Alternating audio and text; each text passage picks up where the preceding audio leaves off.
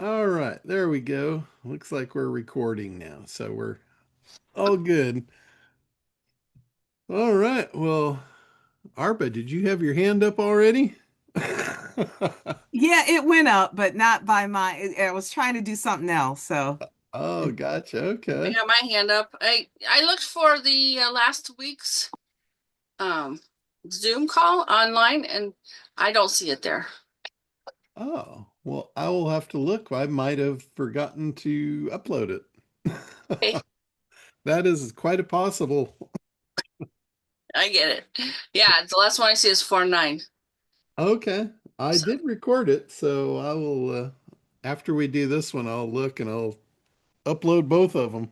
thank you very much.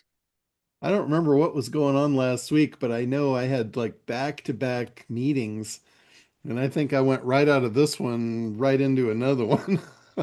Yeah, it was very good. Usually I have a little bit of interim in between, but last week was like one right into the next. yeah, it was a doozy because I had to get off to do some training, and you were still going strong at 4 o'clock. I don't So even remember what was in last week's meeting.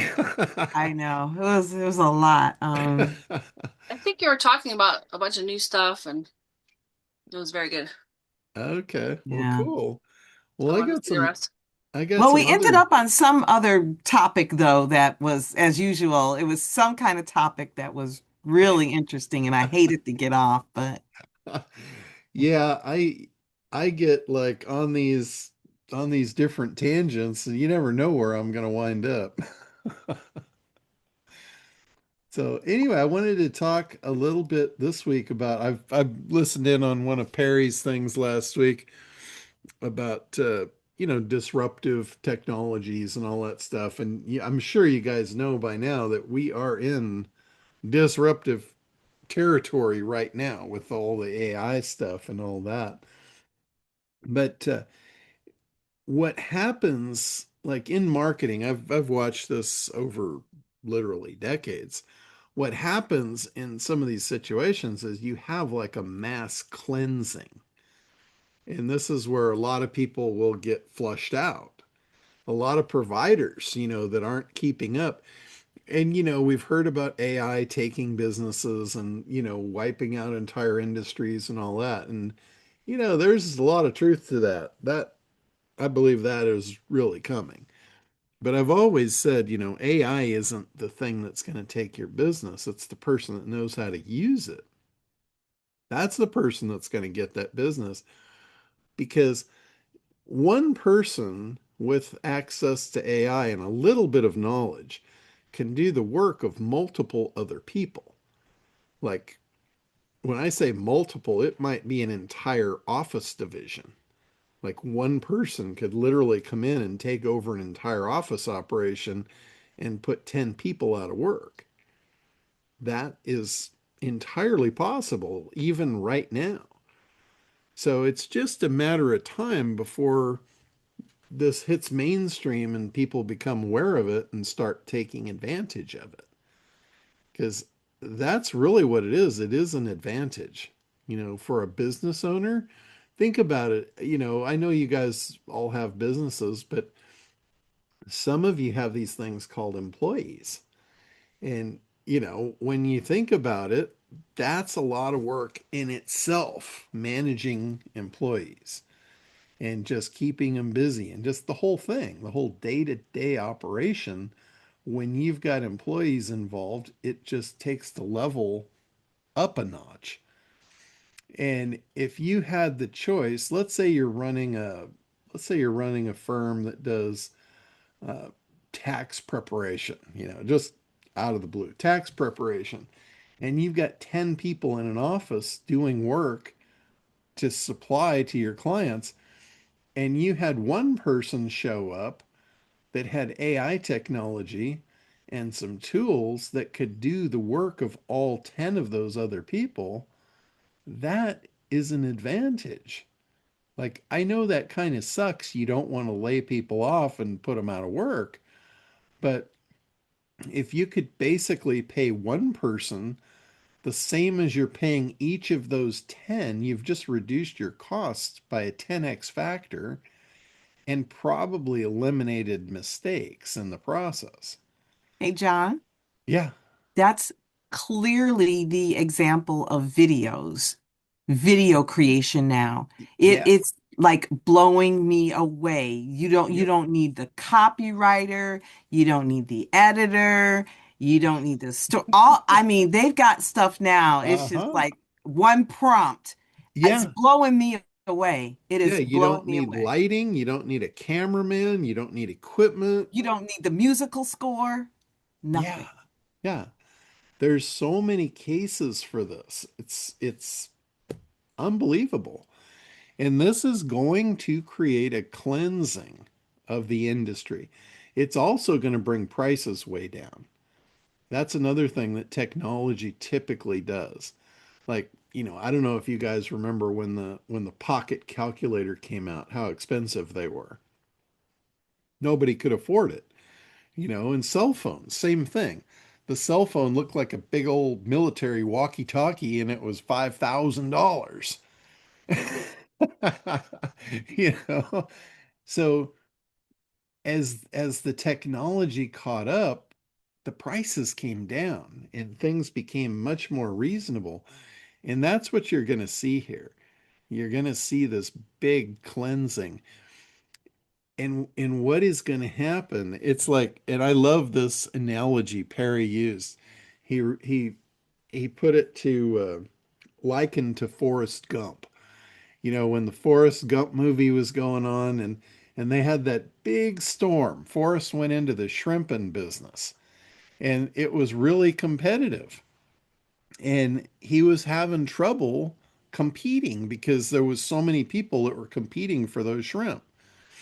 And and then all of a sudden this big storm came through and it wiped out it was a cleansing. It wiped out all the other boats. Well, his boat was out at sea and it didn't get wiped out.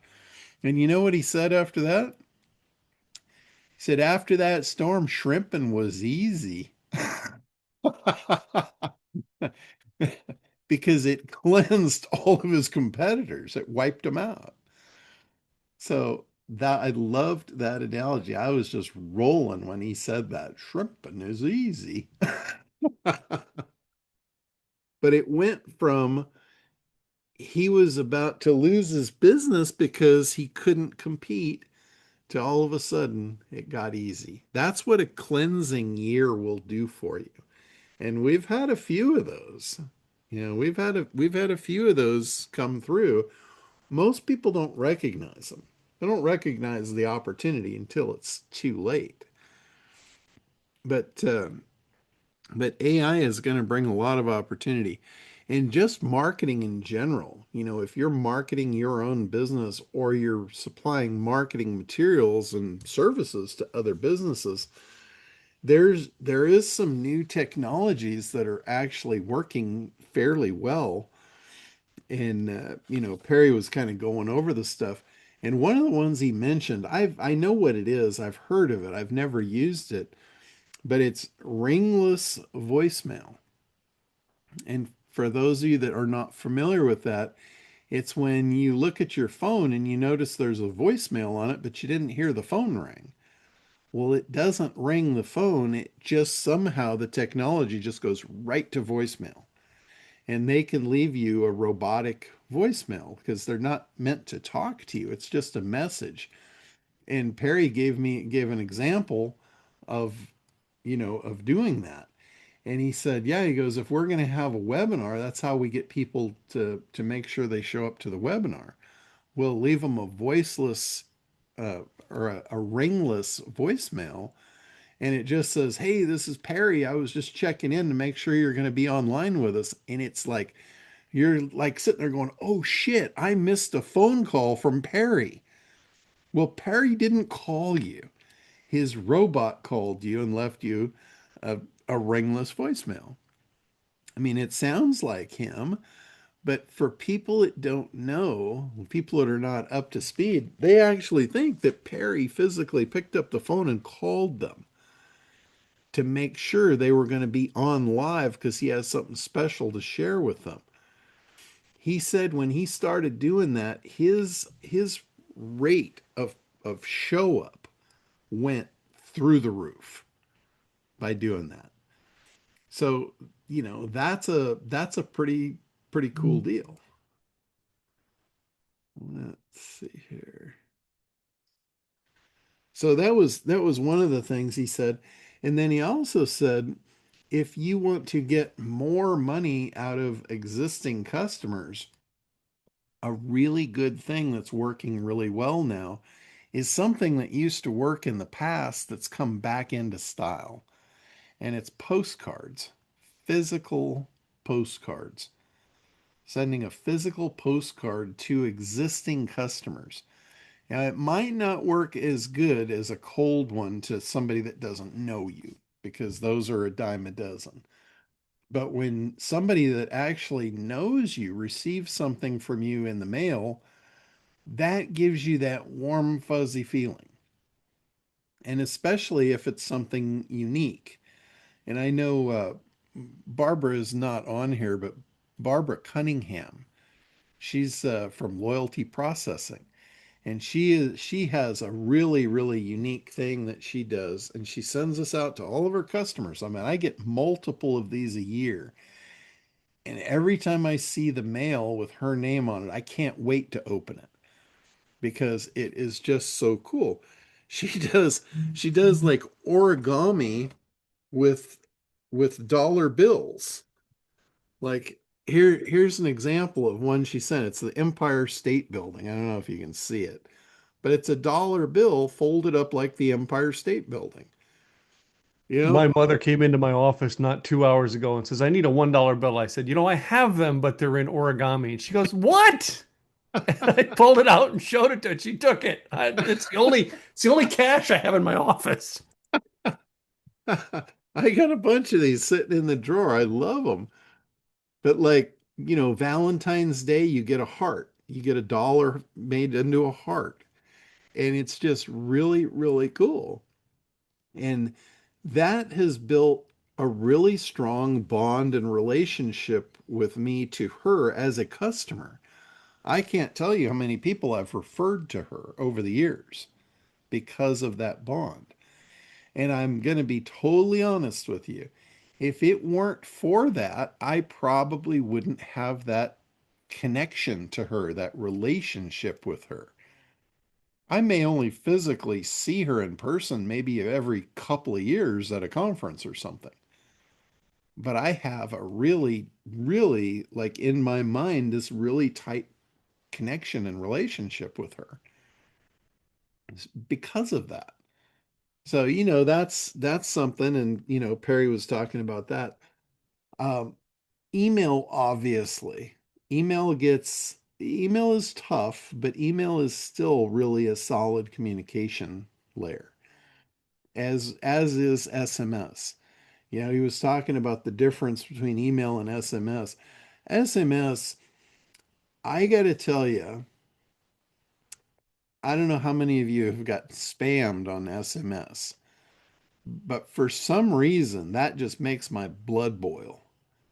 Like when somebody spams me, I'm just sitting here like, how in the fuck did they get this email? Or how did they get this number? It's my personal cell number. How did a spammer get a hold of this? I can tell you, I used to make calls from a sheet, and it would have the area code, it would have the exchange, which is kind of the region, and then 4 zeros, 0001, 00. They just call. We would just Yeah. call, right? And we find whole banks of numbers that had nobody attached to them. We'd have to skip them. But yeah, just Yeah. one after the other. And with a robot, holy crap, that can just Yeah. they can just do it now. I Yeah. don't think it takes anything special other than a big old list that they just call right on through and they hit you somewhere in there. Weird, huh? Yeah, it's pretty crazy stuff how they get access to data. But data is readily available for sale. If you want to buy data, there's data at your fingertips now. But all these things, social messaging, this is another one. Um, I really suck at this. Like, I've got social accounts, I've got Facebook pages, I've got all this stuff, and I never look at it. There could be people in there like putting comments or asking me questions, and it's gonna be months before I get to them. And I could do a lot better with that. There's always things you can do a lot better with that increases your business. Now with the AI stuff, with the AI agents, why wouldn't I just create an agent that monitors that social media account and automatically answers those? These AI agents are getting really, really sophisticated. You can have them specific, like you can create an agent that specifically just monitors your your messenger messages. And it can be trained on you. It can look at your past messages. It can even do your email for you.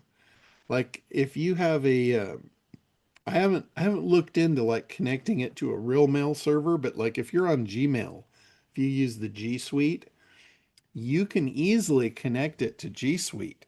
And then what it can do, it can go in and it can look at all of your past behavior, like who you respond to, who you don't respond to, who you mark as spam, and it gets to understand your process. This is all about process. Like, how much time do you guys spend in your email every day? You probably go in there multiple times a day, and you're spending hours per day sifting email, responding to email with just stuff that is the same over and over and over. And it's a pain in the ass to like copy and have to go find the message to copy and paste it, so you wind up retyping it. And there's a few things about this that's bad. One of them is it's a time suck. That's the worst to me, is the time I've lost. But the second is fatigue. It it drains you. And that fatigue, what that does is that gives you a lesser customer service. Like if you're drained and you send somebody a real short, snippy message, they're going to feel it.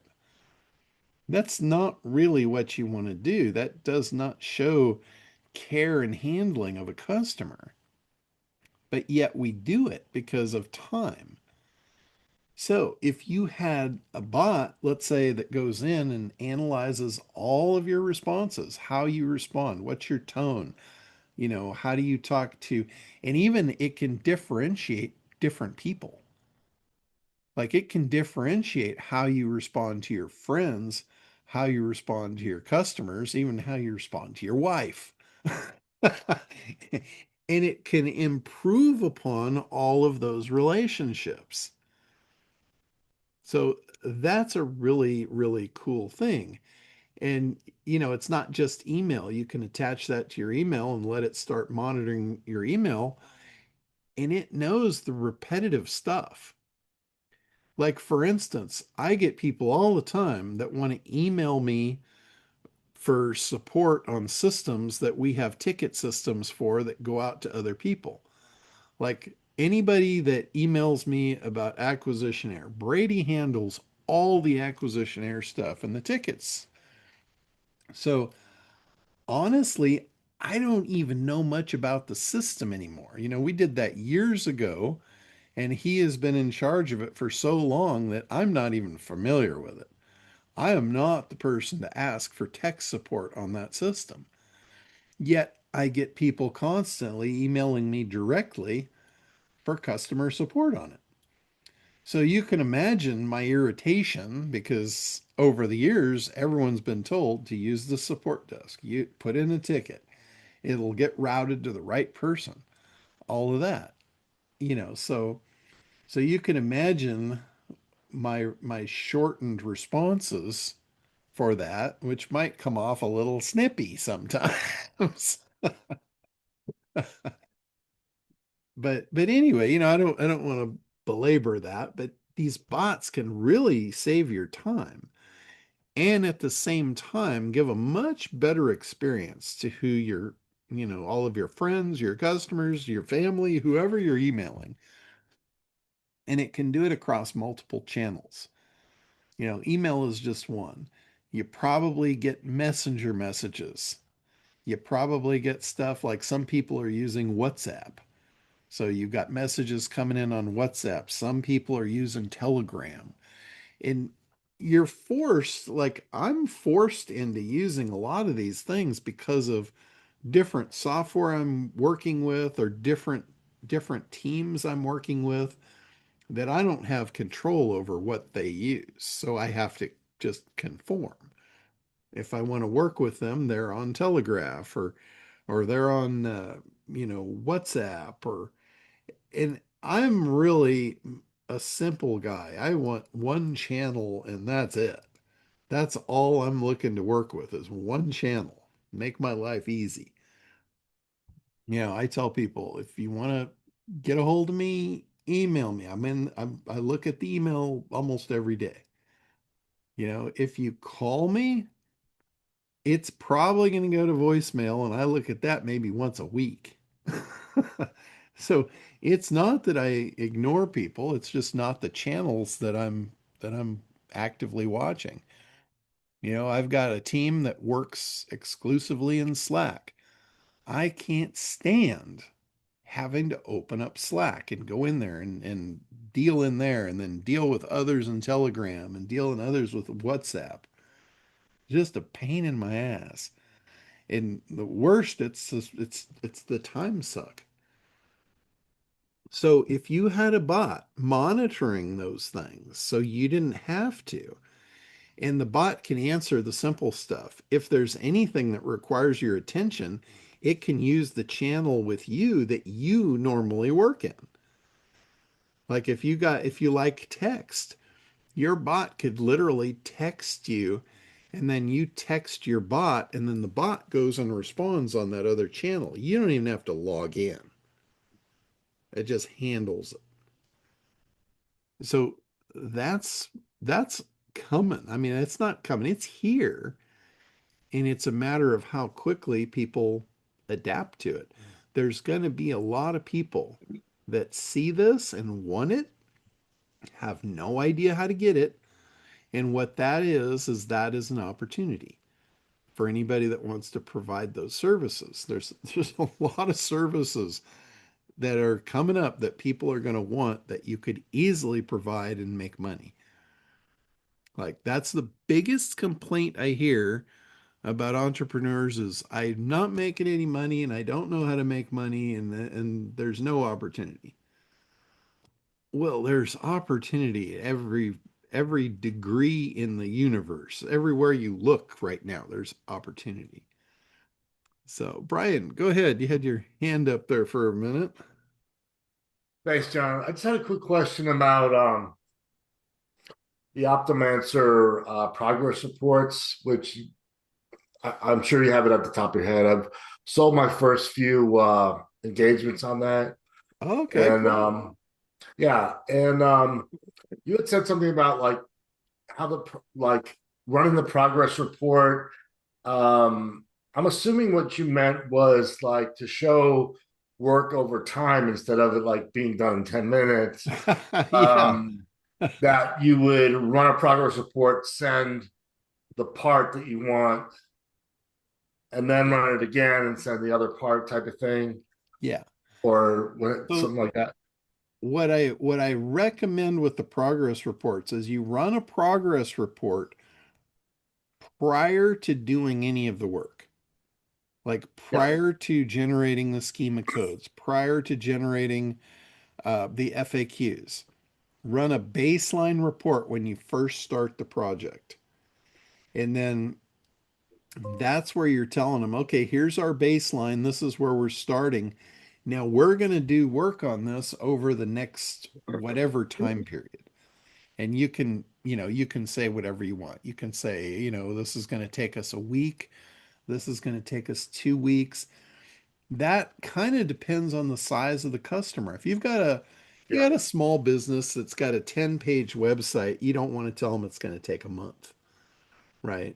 If they've got a Well, I kind of commerce, default to that, and then if we get it done quicker, or yeah, if they have urgency or whatever, they should be yeah. adjusted. But if they've got like a 100-page site or they've got a commerce site and they've got hundreds of items in there, that's the one where you really want to say, we're going to have to spread this work out over the next few months, right? Our team is busy. We've got a lot of new clients coming on, and you build that story. So the first one, like I said, is the baseline report shows nothing's done. And then as you do the work, you generate the FAQs, and that takes a click. And the schema, again, takes a click. Now, I also want to address some hurdles in the system itself. There are some WordPress sites that I don't know what the deal is, if it's connections or if it's hosting blockages or whatever. But there are times when it will start running the FAQs and it'll only get so far and then it'll stop. So sometimes you have to restart that.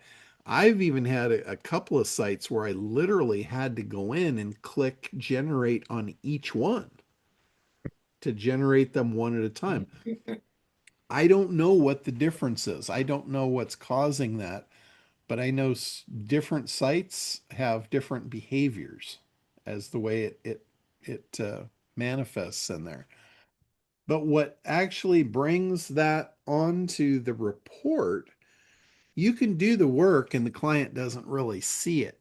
They only see it when it's on the report. And the way it shows up on the report is you go in and you move it from pending to completed. Yeah. Yeah, So in the app. yeah, once you Yeah. do completed, then it shows up on the report, and you could give them a report that's like, maybe after the first week, it's 50% done. After the second week, it's 100% done. Or you can just wait a couple of weeks and just send them one and said, yeah, we've got it all done for you now. Yeah. I've set it up so they can pay extra to cut the line and rush it. So There you go. Yeah, and this is all marketing. You see, like, I don't know if you've noticed this, but you see it in candy and you see it in soda. You see it in a lot of consumer products. It's the same product coming out of the same factory, made with the exact same ingredients, but it's got a different wrapper on it and it's got a different price tag to it. And that's very similar to what we're doing here. It's the same thing, it's the same ingredients, it's the same effort, but it's got a different wrapper with a different price tag. And it has to, because there are customers that want to pay more. Like I can't tell you how much business I've lost because I went in too low on pricing. gotta know who you're Honestly, talking to. I honestly can tell you I've lost big projects because I wasn't priced accordingly. And it's the same product. They just want to pay more. They feel better about it. It's the weirdest thing I've ever seen. I had in back in my photography career, I was transitioning from photography into the internet and I was building websites. And for the most part, I was building the sites for free just to get the hosting business. And I had one of my clients was Roger Dunn Golf, big company out here on the West Coast. And they were owned by Worldwide Golf, and they had like three different chains, and Roger Dunn was the one I had done a lot of photography for. Well, the guy that normally, gave me the photo projects, he called me up and he said, "Hey," he goes, "the owner is taking on bids for their new website, and I would really like you to get in on it. They have a budget for it, and don't go in there and tell them it's free. They have budget for it, so quote them accordingly." And and I'm asking him like, "Well, what should I quote him?" And he didn't know. But he was telling me, he goes, whatever you think it should be, you should probably triple it. And he said, and and then he says, well, wait a minute, let me take that back. I know your pricing is very reasonable on this stuff. So whatever you think it should be, why don't you tenfold it? And I'm like, I was not comfortable with that. Honestly, at that point, I was not comfortable with that. But what I did basically, I quoted the job at $52,000. Now, typically, I would have done that job for about 3,500 to 4,500, maybe 5,500 max. But here I went in and I took my highest normal, the 5,500, and I basically tenfolded it. I just put a $52,000 price tag on it. And the guy told me, he says, if you are the low bid, you're not going to get the job. Just like that. He throws the low bid out the window every time. He said he either goes with the high bid or the mid bid, but he takes three. He said anything he does, this guy takes three bids and the lowest one gets disregarded. Well, at $52,000, I was the lowest bid. But I got the job anyway because I was able to sit with the owner and talk to him. And he liked me, and I explained things that other people hadn't explained. And he knew that I knew what I was talking about. And it was absolute pure brute force confidence. It was my brute force confidence that got me that job, even though I was the lowest one and he had never taken a lowest bidder ever. So I got that job at $52,000. I found out the middle bid was like 70, I think it was $78,000. So I left 20 grand on the table. And the high bidder was like 125,000. And so I mean, take that for what it's worth, but that is the way that the commercial world works. It's crazy. It's not it's not logical, but it is what it is. Yeah, it kind of is. It's almost a cliche where they say, "Oh, the lowest bidder got that job." They don't care for it because they're going to do a crappy job if it's Yeah. low. If it's Well, here was another one, and this is a really cool story. I'm not sure I've ever told you guys this, but a friend of mine in another business, he ran a big business, and I had done their photo stuff for years. His company was called Botanical Science, and it was the spray cleaners for silk plants and shit. It was a huge business, and he wanted to do a website. They were moving into the online space, and they were going to create a website selling craft products. Not craft food, craft like arts and crafts, like a Michaels, like an online Michaels is what they wanted. And he came to me and he wanted a similar website to what I had built for the Roger Dunn guys. And yet he wanted a lot of bells and whistles. He wanted a lot of extra shit. And I wound up charging him 30, I think it was $35,000 to build this site for him.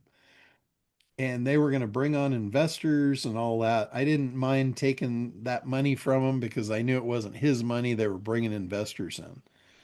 So I built the site. The site was absolutely beautiful. It was totally functional. Everything worked perfectly. It was ready to go online. And he calls me. He says, we can't take your site online.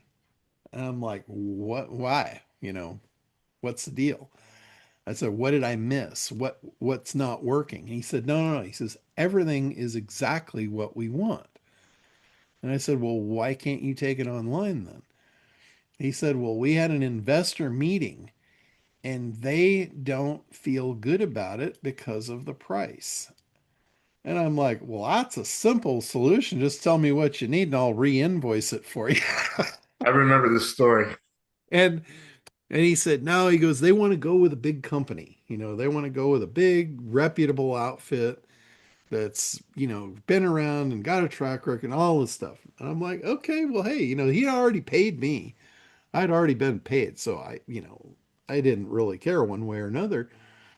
But he said, can we hire you, give you another $10,000 on top of what we've already paid you and have you consult for us and make sure that they do it to your standards? And I'm like, yeah, I'll take another 10 grand to sit in a couple meetings. Sure.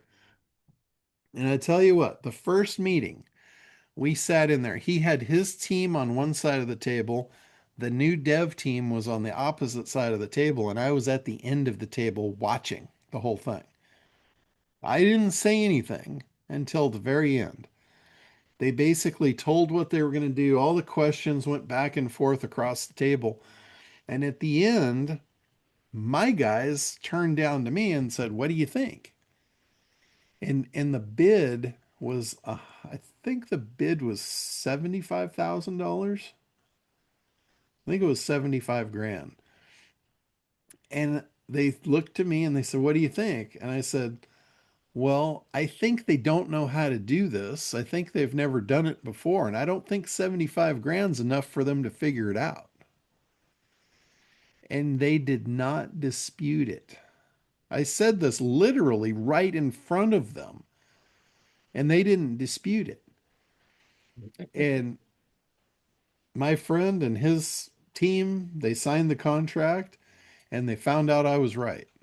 They blew through the 75 grand. It wasn't even half complete. And they needed another 50, which took it to 125,000. They asked me again, what do you think? I said, that ain't enough for them to figure it out. I said, they're going to probably go through $250,000 before they figure out what I already did for you and how to do it. And yeah, the whole time you had a site that did that. It's sitting right there on Oh my my server, God. ready to go live. Those guys who got the 75,000, they should have turned around and said, "Look, we'll give you 25K to do it." To They turn had they had a big team and they had no idea how to do it. No idea. Oh my God. I got a Boeing story like that. It was crazy. And then finally it came down to launch day. Launch day was like 3 days away and they weren't even close. So the object was to roll out my system. They were going to roll my system out on launch day and go live with it. And they didn't because the day of launch, the company got bought. And they only bought it to kill it because they knew what I had built and they did not want it going online because it would have taken them out. So they bought it. They bought the company. They spent like, it was well over $1 million. And that was quite a bit on a startup project back then. And they paid that money just to kill the project, just to make it go away. And they never told me who it was that bought it, but I'm pretty sure it was Michael's Arts and Crafts.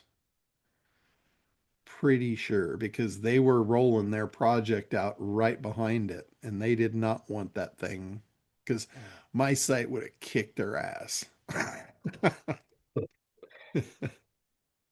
So that's just stuff that goes on in that world. John, have you had more than once where you've seen someone buy stuff to kill a deal? Like I had a car wash company that someone Mhm. bought just to kill it because the fact that I was Yeah, encroaching on their territory. this happens all the time. Yeah, that's common practice. I just wonder how close it's happened to you. Like me, I literally had them buy my company to close it down, get Yeah. rid of me. Yeah.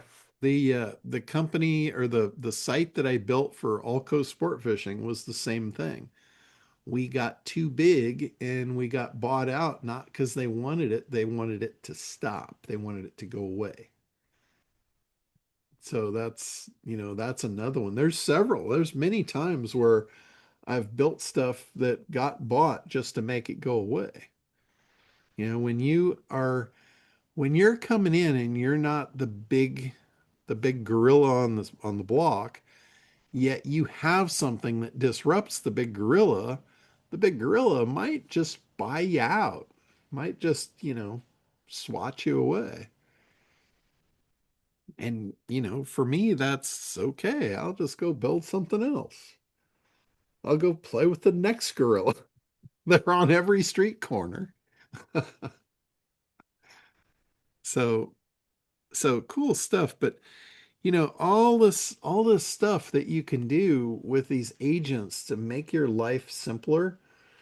We kind of got off on a tangent there with pie in the sky stuff, but pulling it back to like what we can do to give ourselves more freedom is figuring out like what your daily routine looks like. Where does all your time go? And figuring out how do we offload that to an AI?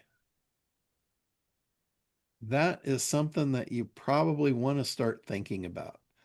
Like operating procedures. What do you do procedurally in your business that you don't need to be the one doing Well, as soon as it does dishes, I'm there.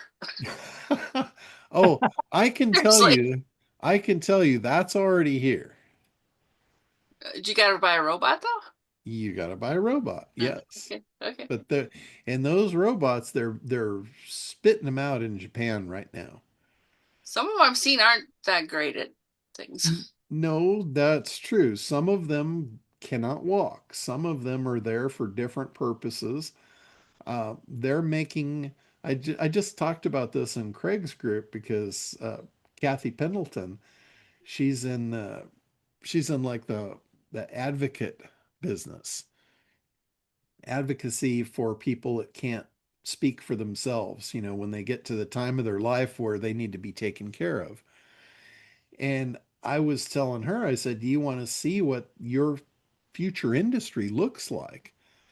And I showed her these bots. I talked about these bots where they're companion bots. And, I mean, we're not talking about sexual companions here, although those are here as well. But these are bots that people will get to put in a household with an elderly person that talk to them, keep their mental function in line because they don't have anybody to talk to. Also, it's there to balance them almost like a walker. If they fall, it could literally pick them up. If they can't or shouldn't pick them up because they've injured themselves, it can call for help. It can do all this stuff. And if they have to go to the hospital, do you guys know how many people die in the hospital because of errors? Because somebody wasn't watching? That's like the number one thing. Yeah, so your bot follows you to the hospital and stays in your room with you and watches over you That's an 20 advocate, boy. 24/7. Like, who wouldn't want that? Who would not want that kind of care? And as humans, we're not capable of that kind of care. Like you might have a spouse or a relative or something that you love deeply, but you can't operate 24/7 to watch over them and be their guardian. You can't. It's just not humanly possible. So these bots, it is possible. So I mean, we have a future headed our way that you're not going to believe. It's going to be awesome in so many ways, and some people are going to complain about it because it's disrupted them. So it can either enhance you or it can disrupt you. As long as it does the damn dishes. Well, that's an enhancement, right? Seriously. Because That that's would a, be a big, big, big help yeah. around. And you know what that is? That's exactly what I just mentioned was that's an operating procedure that you do that takes your time that you don't need to do. You can offload that. So it doesn't matter if you're talking about household chores or day-to-day business functions or email communication or advocacy, anything these things can do, it's going to disrupt one person and it's going to enhance the other. The And person that gets the benefit of the AI is going to be enhanced, no matter how you slice it. seems like once you program it to do the job the way you want it done, unlike a person who gets tired, forgets, Mhm. gets Yeah, sick, there'd be like you'd have it done it'd be very bespoke for everything in your world. absolutely. That would be so awesome. Yeah, absolutely. So, but like I said, there's going to be people that hate it and fight it and tell you it's evil and all of this stuff, but it is evolution. I mean, we're just evolving. That's it. We're evolving. That's all it is. We're evolving into a better a better outcome, whatever you want to call it. Better society. I mean, think about it from how many people get mugged, and become victims. It's not their fault, and that's a tragedy. I mean, that's like there's nothing worse than having that taken away from you. It changes you for the rest of your life. When something traumatic like that happens, it's out of your control, your entire life and outlook from that point forward is never the same.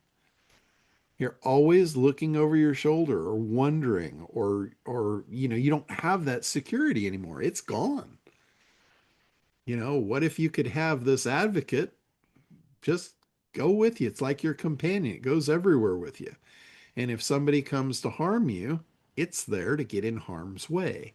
Not your harm, keep you out of harm's way, but it will literally stand in harm's way for you. Our cars do that already for us. How many people walk away from a terrible wreck, Yeah. but the car is totaled? Yeah. The car got in harm's way for you Yeah, to protect you. that's already here. So yeah, all of the stuff, it's already here. It's I know it's a little bit off the base for marketing conversation, but it could be used in marketing as well. So, Lewis, go ahead. Hey, John. Uh, Speaking of off topic, I was wondering what your thoughts are on like I guess all the sci-fi as far as AI, robotics, Terminator, The Matrix. Do you think that's possible that it might happen? I think it is. I think it is absolutely possible. There's some things that are more probable than others, but anything is possible.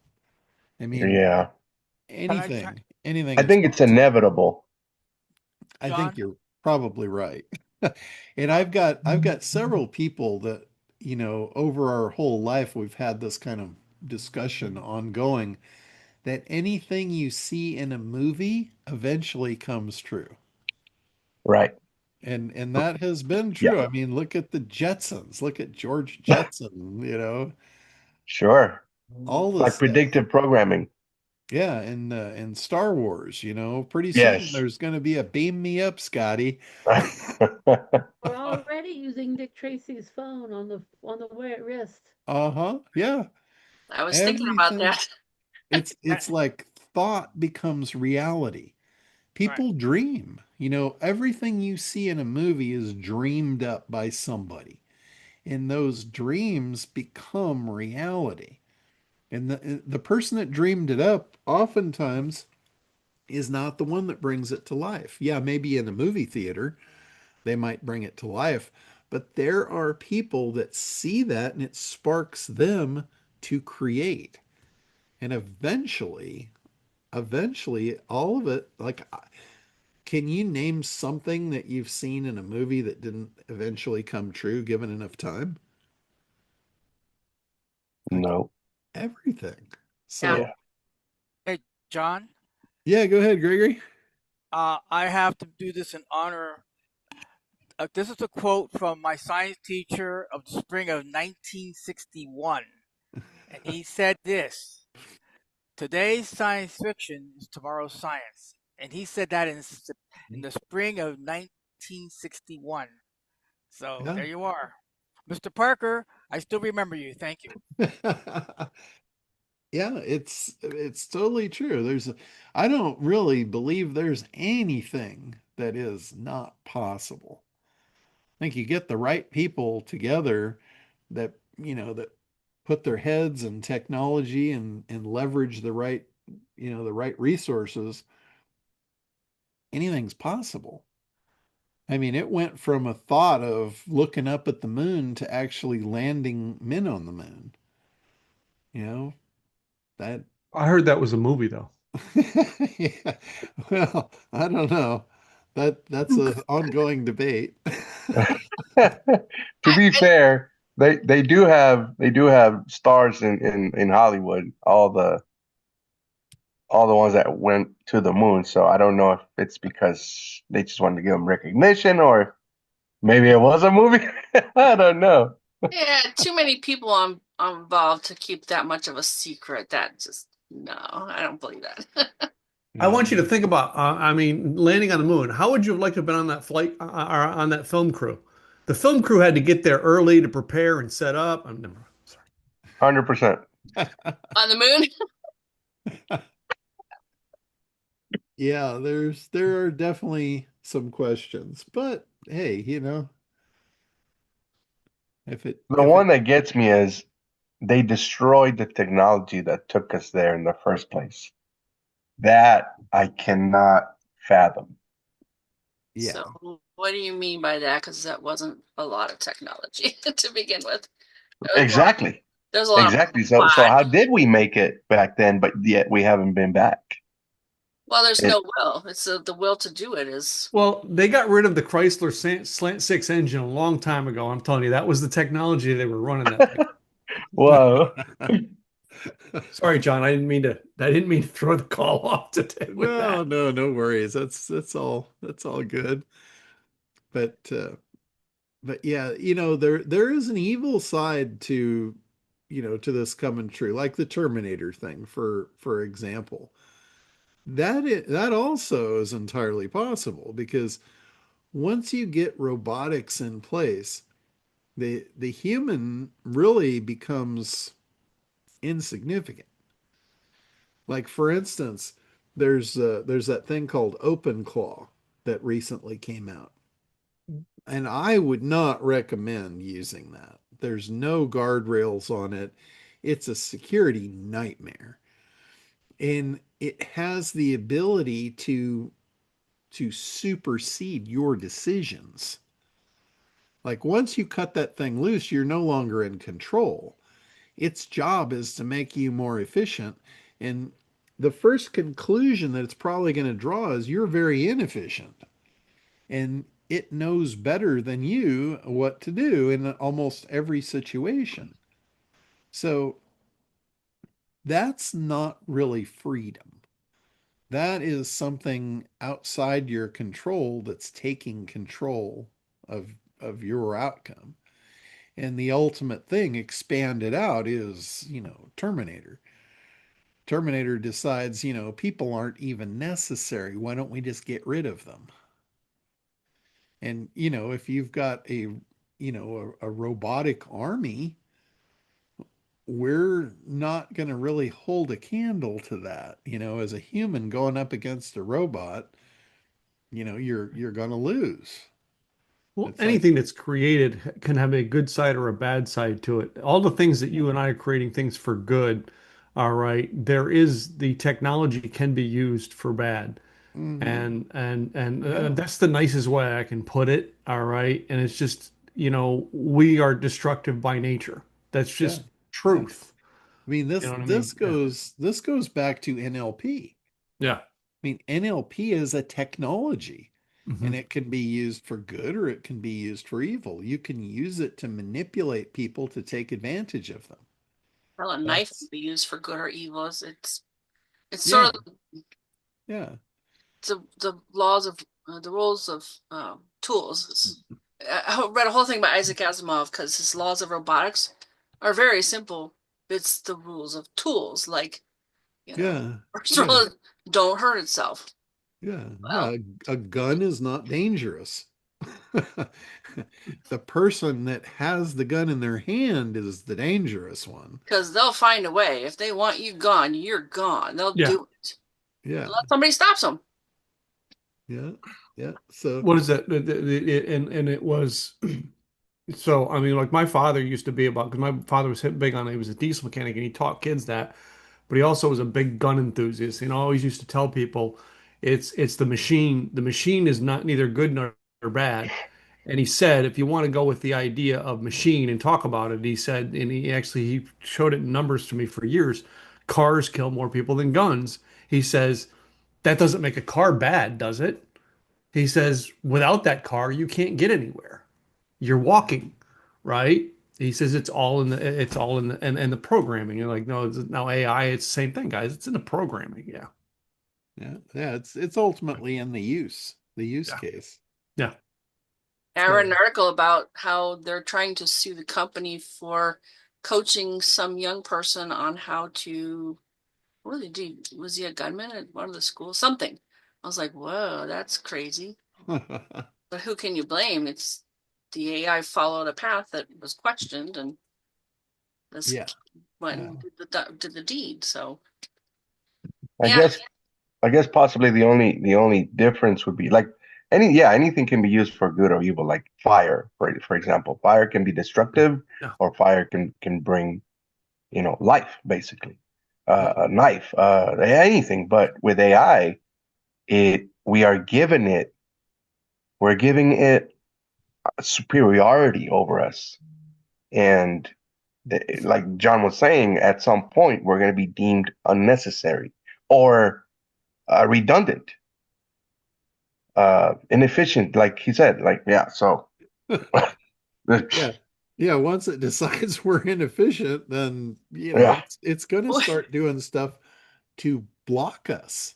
we'll have to convince it that that's part of our charm and that should keep us around for that. It's just part of our charm. I think we'll be kept for our amusement. We will be amusing to AI. Possibly, yes. You mean it's not going to be our good looks?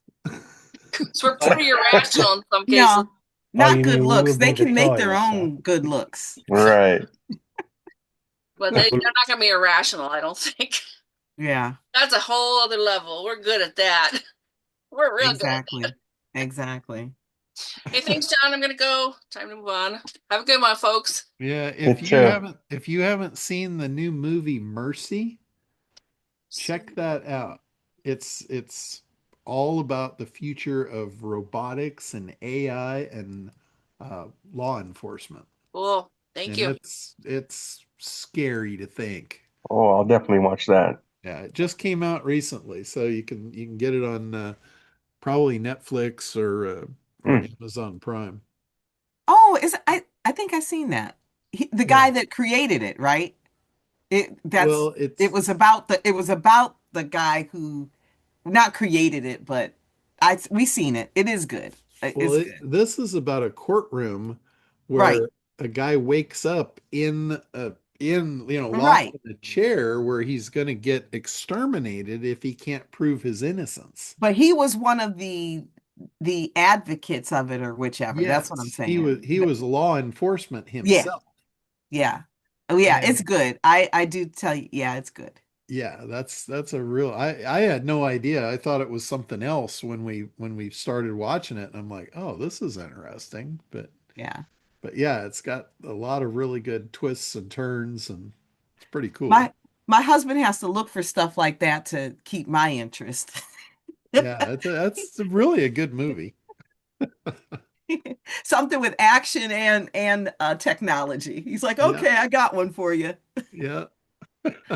Between that and oh, there's one that I love, Black Mirror. You ever Oh, watch any of those Black Mirror series? I have not Oh, seen that. scary. Those are scary. Oh, some are scary, but they're all like technology. And True, they're true. Yeah. yeah, that those are good. If you can binge watch those Oh, are the series. yes. Yeah. Those are All good. night. Yeah. There's a series called Person of Interest, I And think I might have seen it's some. been around a while. I watched it, a couple of years, maybe 3 years ago.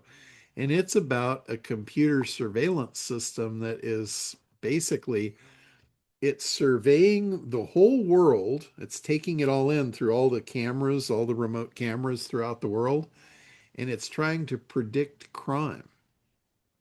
It predicts Oh, like, like Minority Report. yeah, it's Yeah. predicting crime, Oh, like okay. who I is a saw that person one of too. interest, and then Yeah. it recruits this guy that is like, he's like a special agent guy, with all these wild I don't know. He was Tom Cruise. Oh, I'm sorry. Yeah, he was Tom Cruise. He's got abilities. He's got crazy abilities, like a Navy SEAL or something. Anyway, Yeah. he gets MacGyver recruited. like.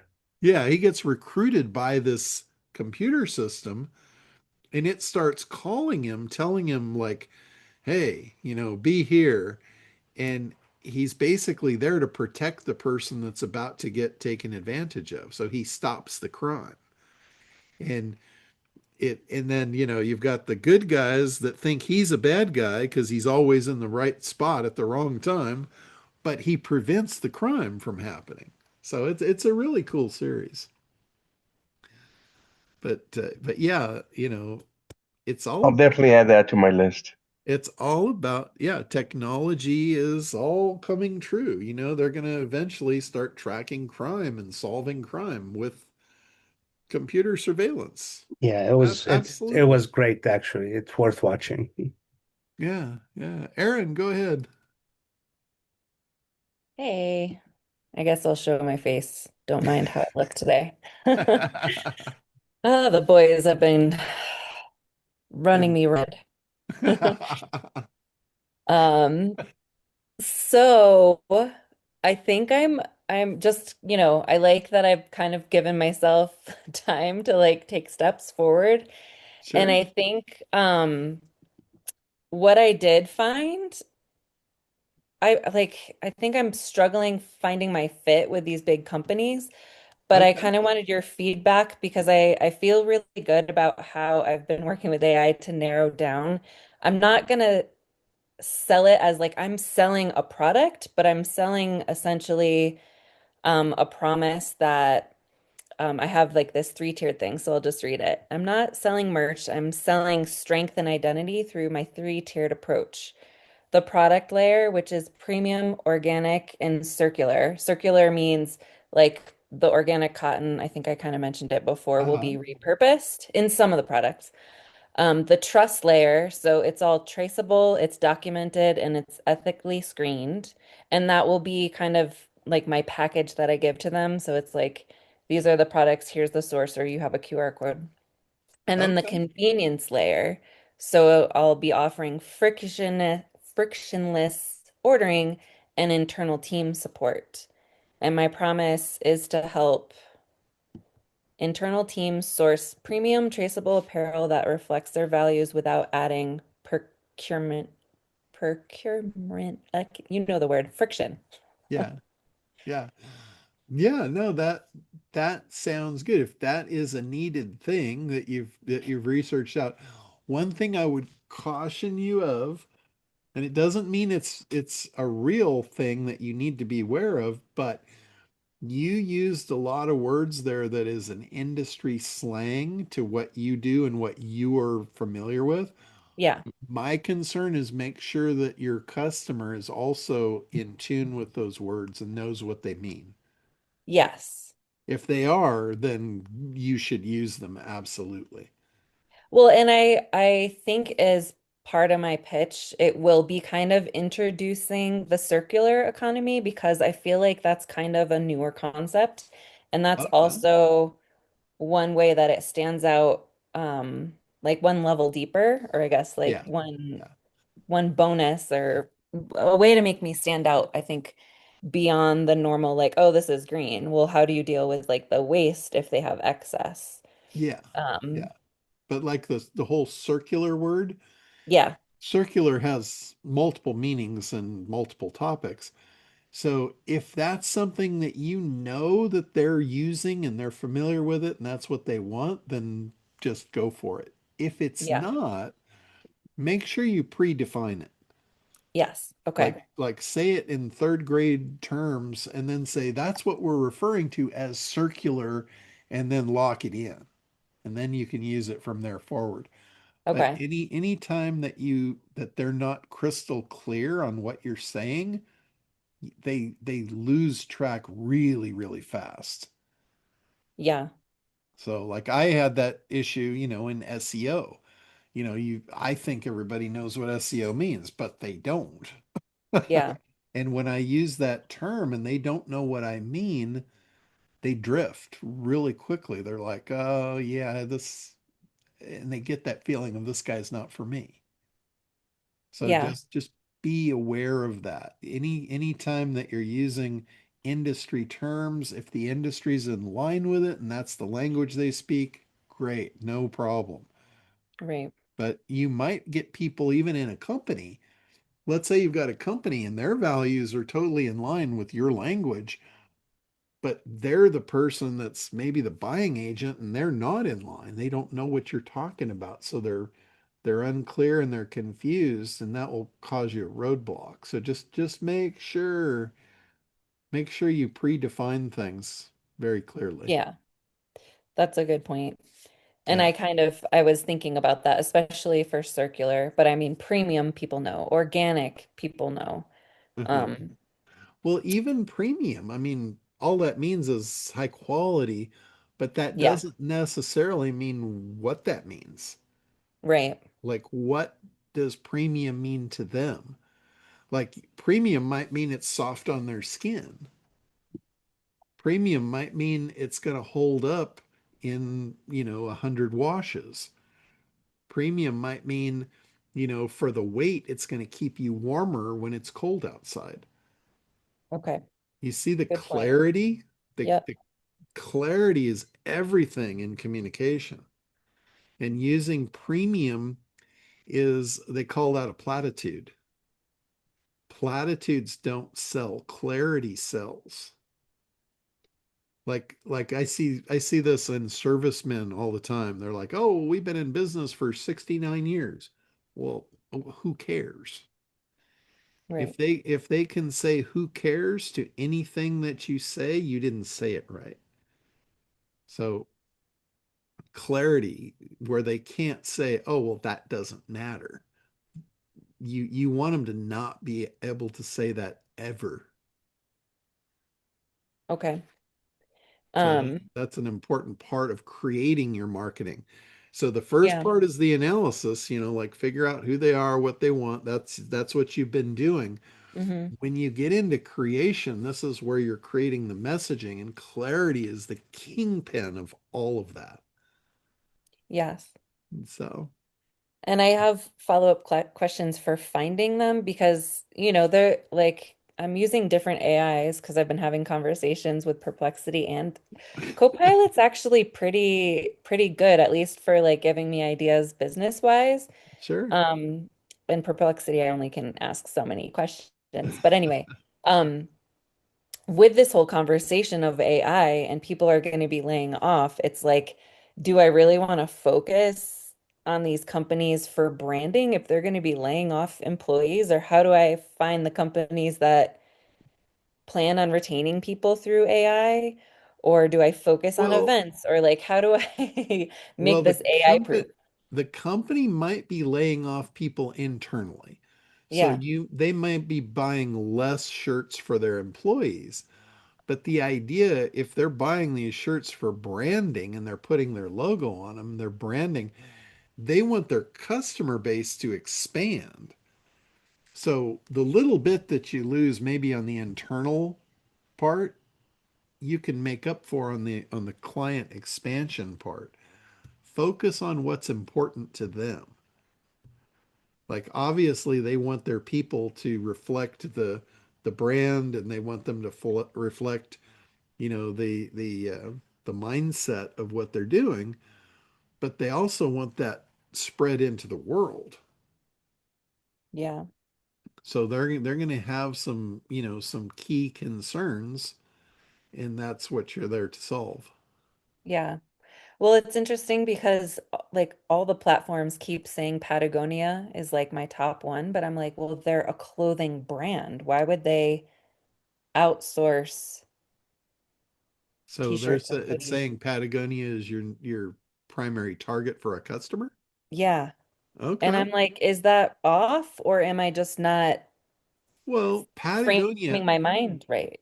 I don't know the company offhand, Patagonia, but most companies that are clothing brands, a lot of them don't manufacture their own clothing.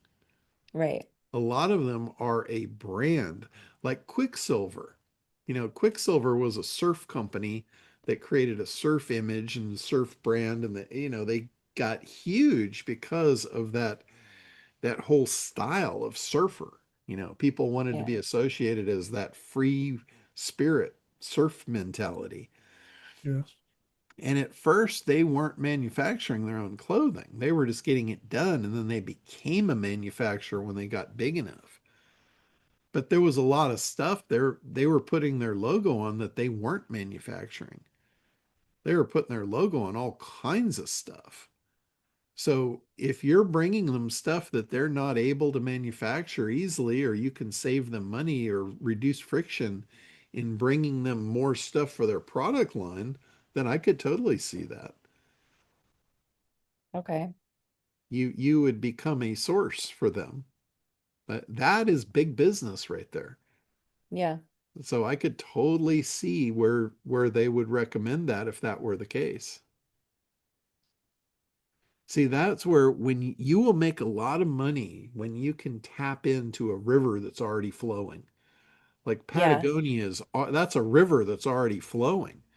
Yeah. If you bring them a Well, new product that they can add into that river, then you're going to make a fortune doing that. yeah. Well, and that's why I said, why would they buy from me rather than the company I go through direct? And how can I make my offer so Yeah. irresistible that they would go choose me? And that's why they said you're offering Well, like this three level of service rather than them going direct. yeah. Well, there's a lot of reasons. Like that is a very flawed mentality of thinking, oh, well, why would they use me if they could go direct? That's a flawed mentality. Well, that's one of my That, sabotage things. yeah, yeah, exactly. That is something that, I call that chasing ghosts. You're sitting back trying to create monsters that don't exist to keep you safe.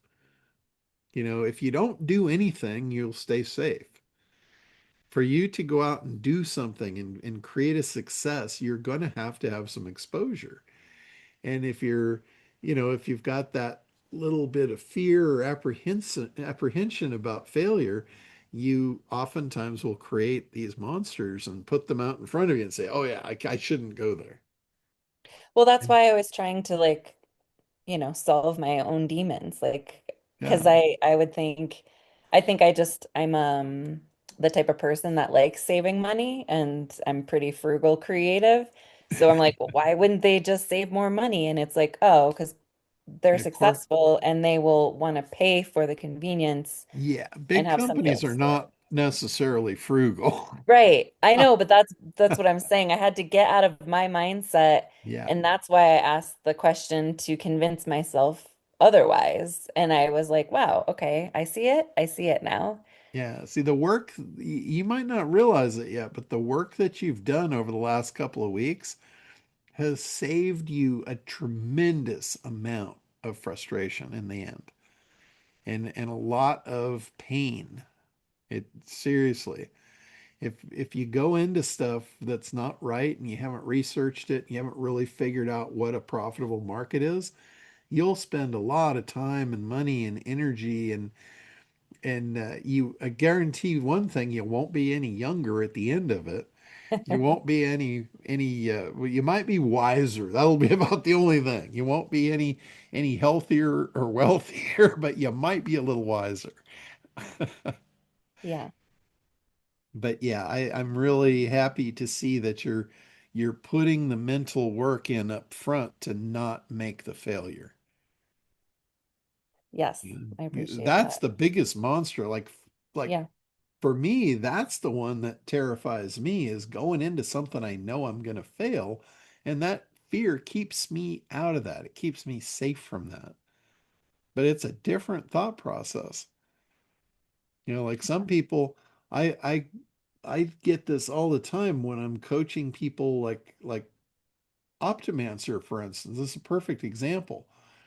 They will sit there and come up with they'll brainstorm like all the issues that could happen. And at some point I have to stop them and say, is this a real issue? Have you actually run into this? And they were like, well, no, but it could happen. And I'm like, you're chasing ghosts. It's like, It comes yeah, back to um oh gosh, to programming in your mind right there. I mean, yeah. we were just talking about it earlier today, and my mind just went blank. But Yeah, I mean, I tell people go out there and find the problems and bring them to me. Throw them at my feet. I'll stomp them for you. But bring me real problems. Don't just theorize what could be a problem. That's what I tell them. I say, is this a real problem? Have you actually experienced this? Like Yeah. people will say, oh, well, it's too expensive. And I'm like, how many people have not bought it because of that? Well, none. I'm like, well, then who says it's too expensive? They're creating monsters. It's not your audience if it's too expensive. You're No, targeting the wrong people. yeah, yeah. You haven't done the research. You haven't figured out what this is worth to that audience. But yeah, just try not to chase monsters and ghosts and Well, I think it's just unknown territory in my mind. Like I said, yeah. I last week I was like I self-sabotage and I'm done doing that. So, Well, that's um, what I'm really happy to see that you're actually going out and researching and finding, like Patagonia. I never would have thought of that. But that makes a lot of sense. When you said that, I started thinking about it. I said, "Oh, yeah," and yeah, not because you looked at that and say, "Oh, well, this is a clothing company already. Why would they want me?"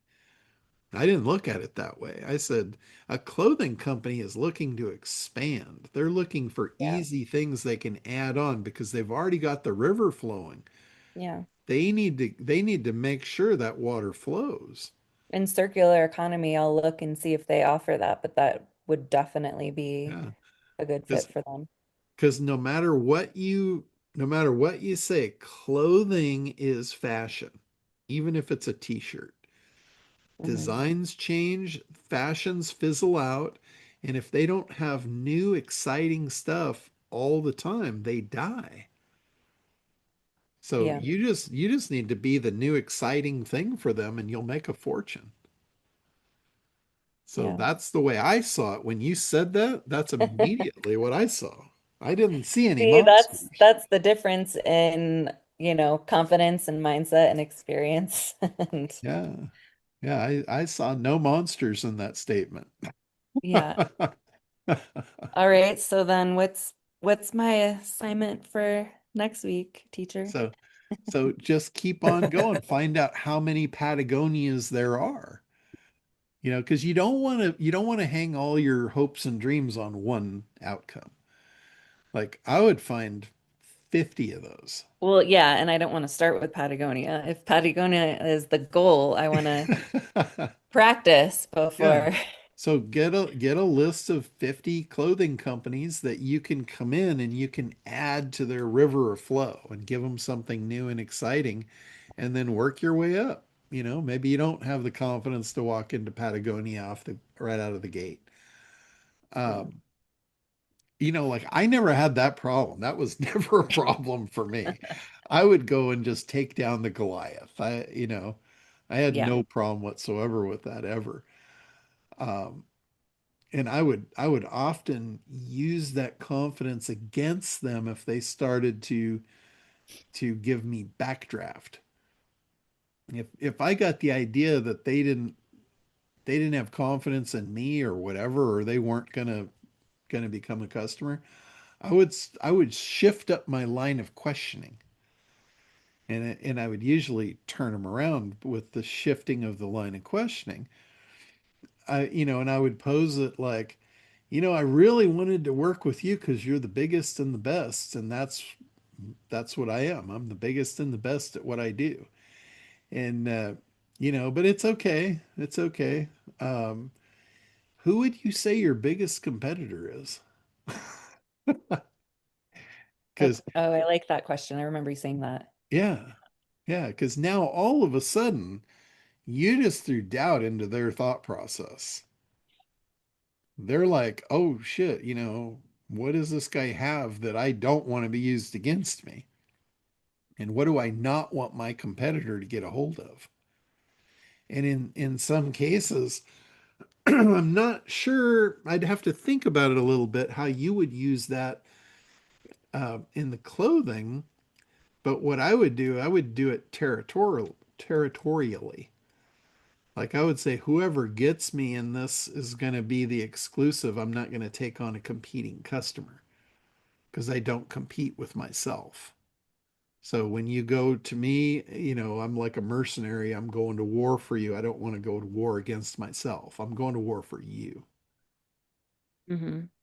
And on the other hand, they understand what that means. If I'm not going to war for them, I'm going to war against them. So And I just have a question because, like, say I somehow magically come up with all the confidence in the world. you Do they have ever it. ask you You for already ref? have it, by the way. Well, I'm confident in the process. I'm just not confident in myself in the delivery quite yet because I'm still like putting it all together. But I don't have a record. I don't have proof. So I'm just curious how many people in the conversations ever look for proof that you can do what you say or ask Uh, for references If I or could write proof for you right now, Aaron, what would I have to write to prove to you? well, I think of, when people leave Google reviews or, there's like a traceability. I'll tell you right now, confidence trumps the shit out of proof. Yeah. Okay. So I'm asking you, you tell me what I need to say to you to give you proof that you are good, and I will say it.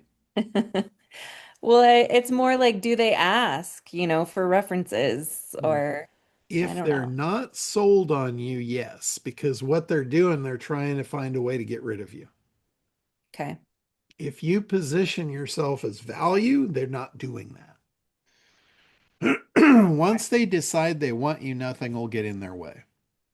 If they decide they don't want you, they're going to come up with all kinds of things to shoot you down. And that's where that would come from. My biggest, so Aaron, my biggest website client came to me from a coaching client who, when I first met that coaching client, had no idea and never thought that that person would ever work with me.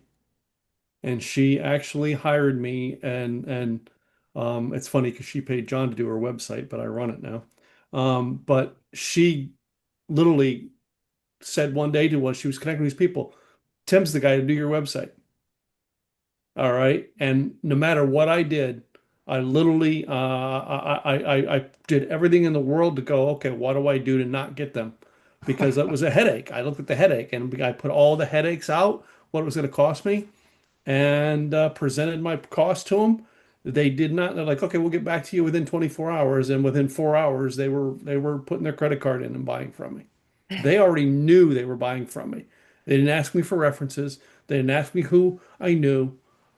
They knew it, and they're my biggest client. And it was John, it was Terry who basically Terry Yeah. told him about me. And I Yeah. didn't even do you did Terry's website. I didn't. I just managed Terry's website. Yeah. Yeah. She wanted a lot of hand holding, so I let you hold her hand. Well, here's the truth in that relationship, Aaron. All right. I knew Terry. We all knew Terry because of Craig Duswalt. Is how we were all introduced to her. But Terry came to me for coaching. And I still to this day sit there and go, you had the opportunity to work with John Limbacher, Craig Duswalt, and you chose Tim. And I literally when she signed into my program, I'm like, really? that artist is hiring me to help her business.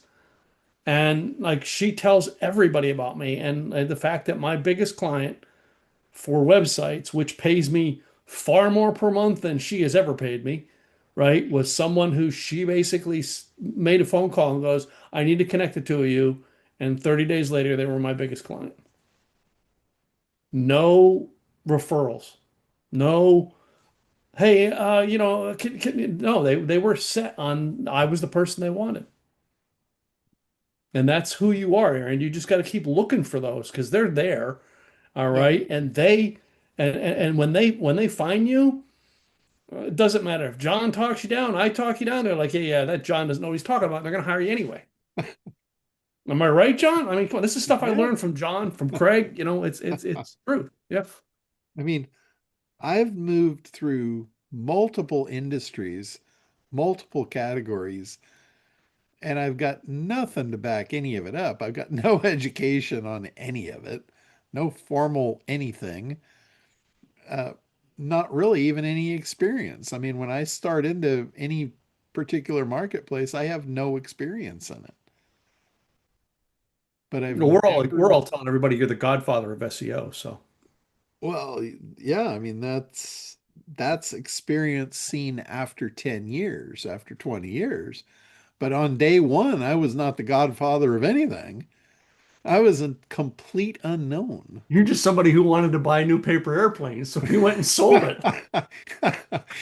Or a Yeah. new boat. What was it? A boat? Yeah. No, I forget. Yeah. Oh, there's all kinds of stuff I wanted, and I would go out and get it. But yeah, it's like I've literally every time I start with nothing. Everything I've ever done, I didn't put like, oh, well, shit, I have to go to school for 4 years before I can do this, or oh, I have to have all this other stuff before I can do this. No, I'm going to do whatever I want when I'm ready to do it. I don't need anybody to tell me I can or can't. Oh yeah, and that's the other thing, John, is you find it funny that all these coaches who are teaching coaching schools, I can't say who because I have disclosure things, but there are 6 people who run coaching companies that I wrote their membership program. Yeah, Just to show you how you got to have. I've yeah, got no certifications whatsoever. I wrote their coaching program. yeah. Oh, here, this is a great one. I find a lot of humor in this. You will find people that are uh, coaches or whatever they call themselves, like somebody that is going to coach you through debt, Life coach? Oh, right? A life coach, or somebody that's going to coach you through divorce, or somebody that's going to coach you on couples therapy, and they're not married, they never have been.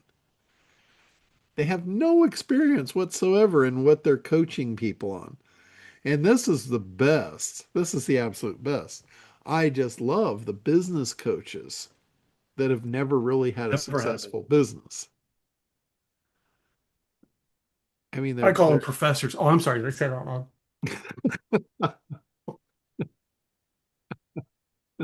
they're, they're specialized coaches in something they've never done.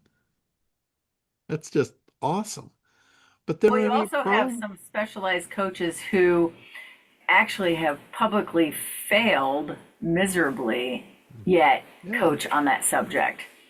Yes. Like Barbara DeAngelis is multiple times divorced, and yet she's a relationship guru. yeah, yeah, that's Yeah. awesome. You just gotta love that. So literally, you don't need experience to do anything. These people prove it every day. Every day. If you have the confidence and you believe in yourself and you believe in what you're doing, that is enough. And that will just percolate out of you. If you're timid and you're not sure and all that, that also will percolate out of you, and that will cause your worst nightmare to come true. that will cause them to say, well, what qualifies you for this? And then you're like, oh, oops, well, I guess I don't qualify. And that goes back to the whole self-doubt, and it just spirals you down, right down the chute. Yeah. So, like, Ooh, Right. if I'd like if to add, someone if someone um, backed me into the corner with that question of what qualifies you, or something like that, where I really don't have an answer, I'll just say, you're obviously not the person I need to work with. I'm I'd not like to qualified. add Hire something. someone else. Oh, Yeah. I'm sorry. Yeah. Yeah. I was gonna say I'd like to add something to that where and it's from listening to John that through confidence or someone listening to me before and had said, I have a group of people. He was a director of small business lending. And so there was a group of people that were awarded this small business loans. And he was saying that he feels that they all could use help with their marketing. So he asked me, he said, could you do a program on a regular basis to help these people, with their marketing? And so I said, they're all new in business. And he said, yeah. I was like, oh, I went with Justin. Oh, hell yeah. I didn't, meaning, because from another coach, I had heard when you're training, all you have to do is know more than that person who's asking you for the training, right? So at that time, I didn't really have a full program, but I knew I could figure it out as I go because every week, or no, it was monthly at the first, every month I had to come up with a new program. So the point is that if the person really needs somebody to fulfill their pain point or their desire or their vision. He had the vision of I'm giving these people this money. I want them to be successful. I need somebody to train them in marketing. So I was creating this program as I was doing it. And some kind of way it was successful that first year. So then he says, I'd like you to I'd like to contract you for the second year, but this time I want you to do it weekly instead of monthly. So by this time, I was like, okay, fine.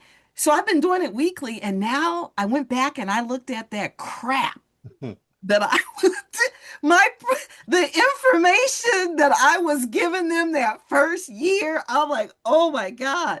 And so this one woman who she's like going through the program the second time, and she's like, Arba, I don't remember you telling us. She said, I'm learning so much now. I'm really, this is a lesson. Yeah, because it's different.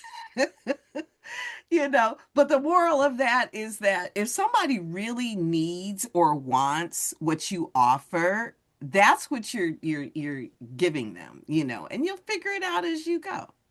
At least that would Yeah. work for me. Yeah. A lot of times humor too.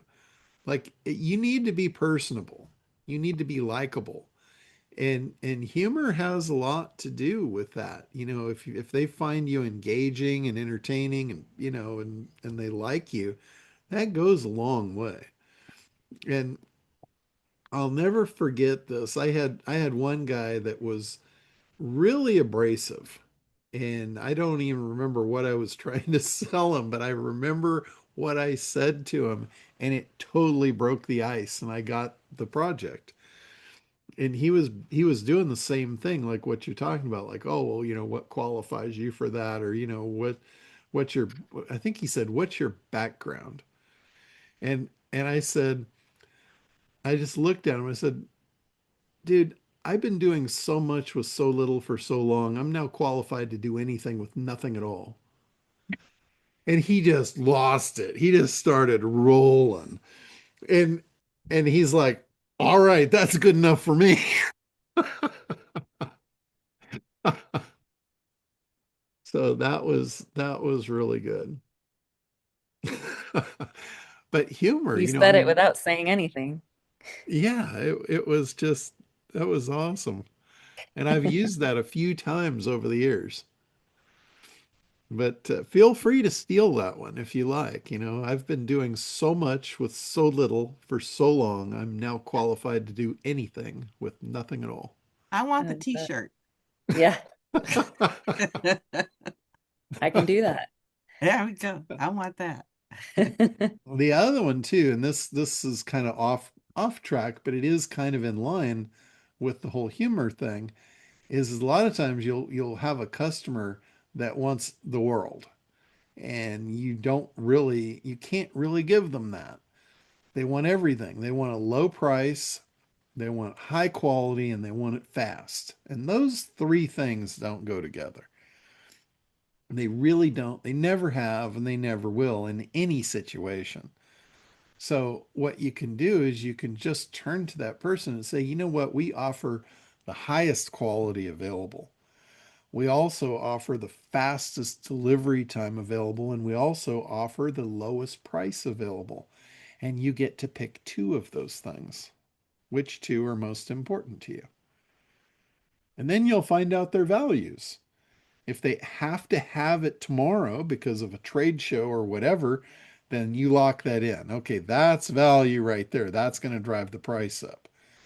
And then the next thing is, you know, if they want top quality, there's no room for wiggle there. That's going to drive the price up. So they're going to get those two. The price is going to be astronomical. You know, if they want it fast, but yet they're willing to sacrifice for less quality, then we can work on the price a little bit. But you only get two. Nobody gets everything. So that's something that I guarantee you, if you're in business long enough, you're going to get that guy that wants the world, and you can't give it to him without suffering. So, And then on the other hand, sometimes people are asking you questions that you might feel like, oh, I'm not qualified, or whichever. But like I was in a situation that I was really looking for somebody to collaborate with for social media because I do training, but I don't, that's it for social media. I don't actually do their social media. And I've been looking for someone that can take it the next step.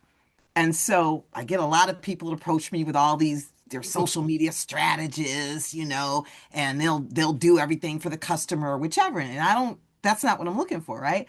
So I asked this young guy, I said, so okay, what do you do? Do you actually do their posting and everything for the client? And he goes, no, I'm not going to know their business better than they do.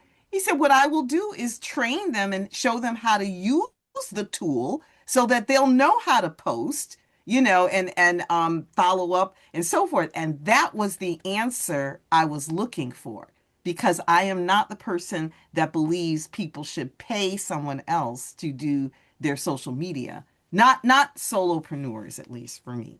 And so he gave me the answer that I wanted, that I was really looking for from all of these other social media marketing companies.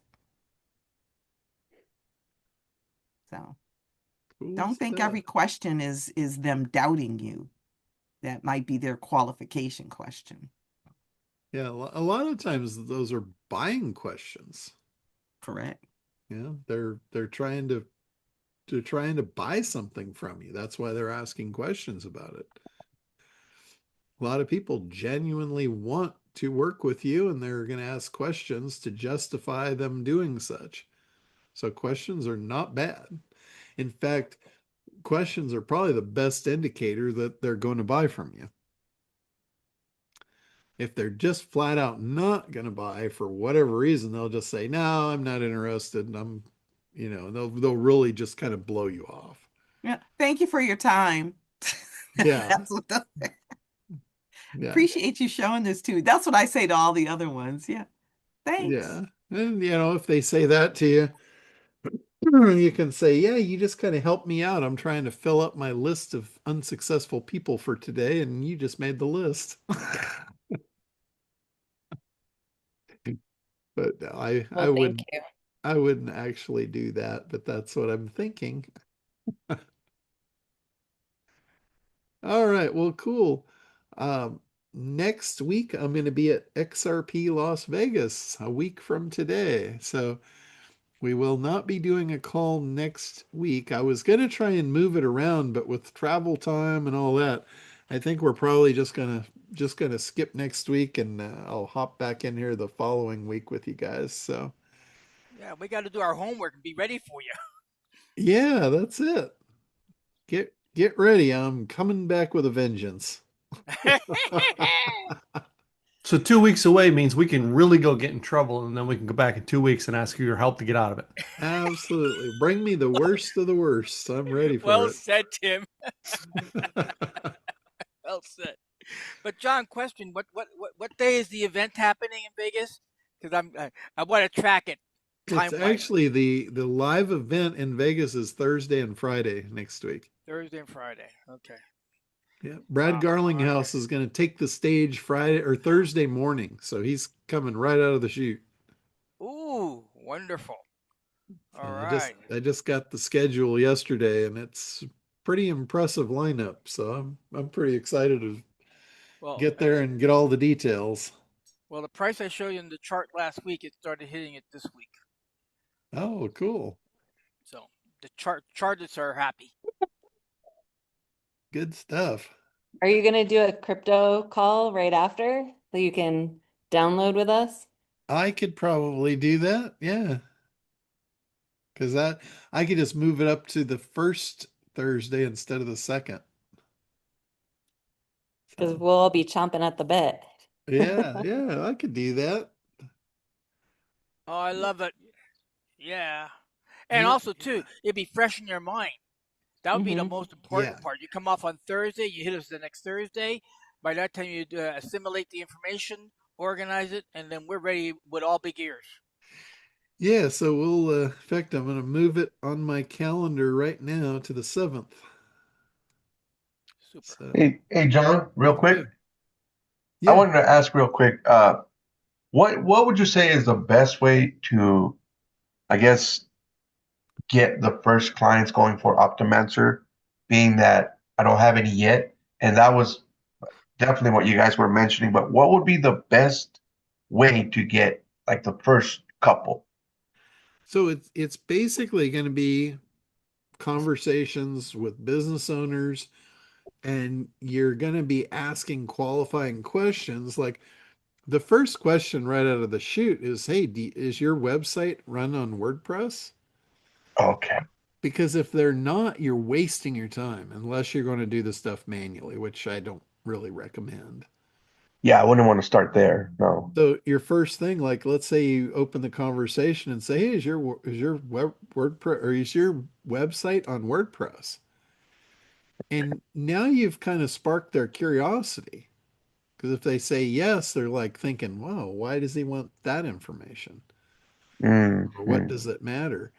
And then, if they say yes, you can say, "Oh, that's awesome. There's a new technology out. I don't know if you've heard about it, but we've got a service now where we can optimize WordPress sites for AI. 65% of searches now are happening in AI engines, not on Google anymore." And then you can ask them another question. You can say, have you seen a drop in traffic lately? Or a drop in calls or emails or anything like that? And most people will answer yes to that. And then you Okay. can say, yeah, it's probably because of the new shift to AI. And we've just come out with a service only for WordPress users. So now you've brought them into like an exclusive clan. And you could just leave it at that and then let them chase you. Okay. All right. Because they're, That gave me an idea to post a poll like on LinkedIn yeah, that I hadn't thought about. Has because your traffic dropped? yeah, because they will come at you at that point, like, "Oh, how much does it cost?" How, Right. and again, now you've got questions. Those are buying questions, like Arbo was mentioning. Questions aren't bad. You want to create a situation where they ask you questions. Okay. So that's the way I would do it. And I'm sure you don't have this problem, but they'll probably come at me with, and it's the same as what you guys were talking earlier. But if someone says, Well, how many clients do you have so far? How do you know? How do I I know it's going to work? I really wouldn't even say that that would be a valid question unless you actually get it. Oh, okay, okay. That's the only place I hear that is from people buying Optimancer. And they're doing the Oh, same thing. They're just trying to figure out what kind of ghosts they can chase. okay. But real live client in the real world, they're not going to ask you, well, how many people are using it? You've already given them the social proof of the industry itself. 65% of searches are now on AI. Okay. Do you want to remain invisible to that? Do you think they're going to care how many other people are using it? In fact, it's an advantage to them that no one else is using it yet. Oh, I hadn't thought of that. Okay. Yeah, I mean, That's okay, okay. marketing is all about positioning. You can sell rubber dog shit if you make it look good and sound good and smell good. You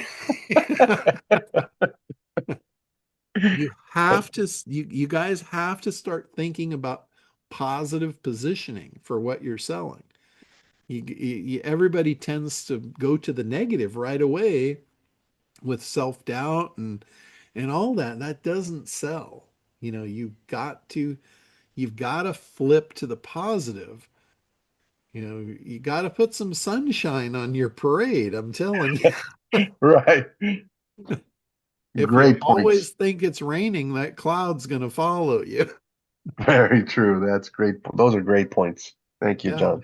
Yeah, it's positioning and clarity.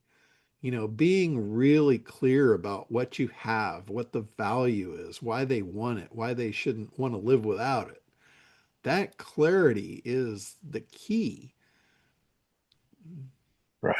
So figuring out who you're talking to, that's why the analysis is so important.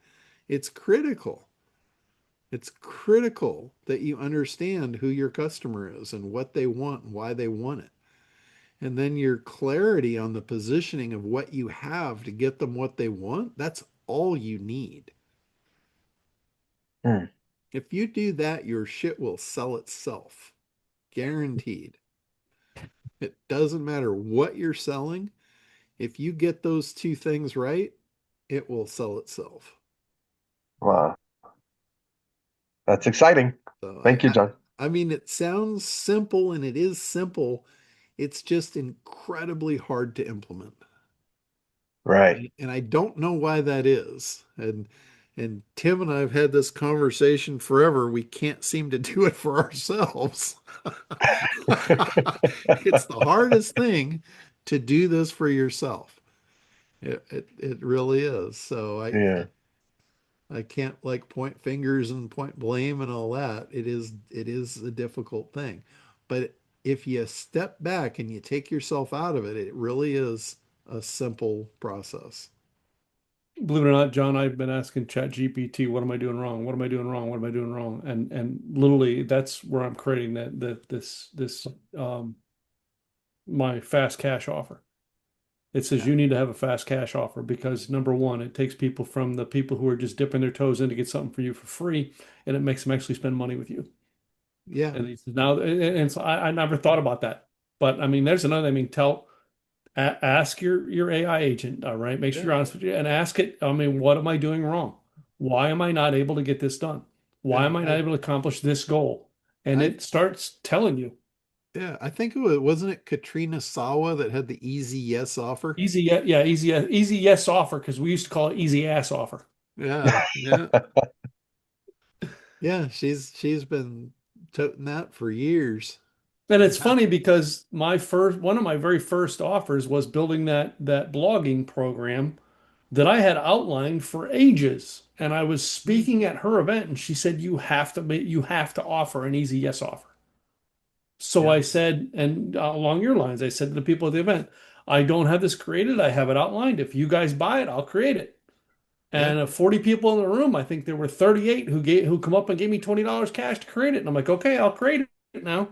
And that Yeah. was a great lead magnet for me I mean, because I not only did I sell it and paid for it, but then I used it as a lead magnet, Yeah. selling it for $5 or $2. And and it put another couple hundred people into my funnel. Yeah, Wow. yeah. And convenience, people will pay for convenience, even if they know how to do the stuff themselves.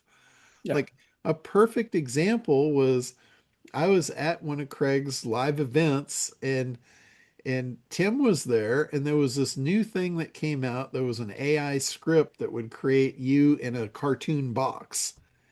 And it's not like I don't have the technology to go pull up AI and do that for myself, but he had it. It was right in front of me.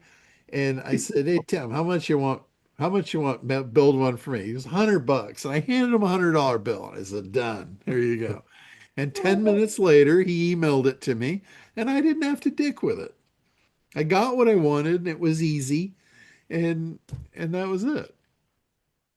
So Wow. convenience, you know? Well, and People, that's John with the someone was asking recently, you know what I mean? I think you and I discussed this the last Craig's thing is what's the difference between you and me doing websites? Is well, I do website management. I'm a management company. And I am finding now that it is easier to sell my high-end packages than my lower-end ones. yeah, Because the people on the higher end, the buyer on the higher end, they literally want me to take care of this stuff. yeah. They don't want I mean, they're looking at the low end going, well, that's $50 more a month than John. You know what I Convenience mean? But sells. what do I get for that? All right. I mean, and the cheap ones will grab it, and a year later they're gone because they don't get anything with it. Yeah. Convenience sells like crazy. Yeah. Yeah, I have a guy, a client who pays my hourly rate. We get on Zoom and he sits there and all I'm doing is going on Vistaprint. I kid you not. I go on Vistaprint.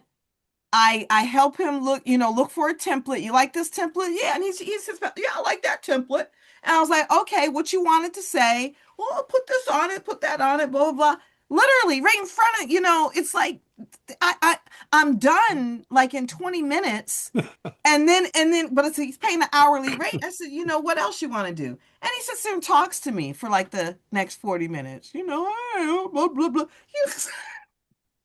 Well, I don't know whether you do with websites, whether you do what I do or not. We haven't had a private conversation, but mine is because I want the recurring income. So I built the maintenance programs. And I have come like, well, I just want you to build the website. Well, okay, then it's $3,000. Oh Well, yeah, I how do. come it's 997 on the website? Because those are for my maintenance. If you're in a maintenance contract, I do all kinds of things for you. Outside of it, my rate's $300 an hour. Yeah, that's my low end. My residual is the hosting, which is Oh all yeah, I'm doing is just marking up the hosting that I'm paying. yeah, And they're paying me through my QuickBooks, so I bill them through QuickBooks and then I yeah. pay the hosting company. But We'll have a talk. You and I need to have a private conversation sometime to see where we can learn from each other. I'm not a WordPress user at all. I believe it or not, I'm huge on WordPress, but I've got a guy here in Dallas that doesn't do WordPress, but every time he gets a WordPress problem, he calls me. Every time I get a go high level problem, I call him. We Yeah, just I'm not a that's WordPress or go high level, but I would love to yeah, entertain. I love to talk tech. yeah. So yeah, you just go to my arborcooper.com and book some time with me. Okay. I Yeah, make I it I had a easy. situation when I first started doing these calls. It never failed. I would always end the call. I would say, "Okay, any last questions?" Nobody had a question. I would end the call, and like 5 to 10 minutes later, my phone would ring, and somebody would want to ask questions. And I said, "Well, you were just on the call. That was what the call was for." He said, "Oh, well, I just wanted to talk to you privately." So I basically, I did that a couple of times, and then I figured, okay, well, we need a crash course training program on how this works, on what my time is actually worth. Mhm. I'm like, it's $30 a month or whatever for group coaching. That does not spill over into private coaching. So, and I honestly, I didn't want to do it. I didn't really want to do private coaching. So what I did was I put $1,000 an hour on price tag on it.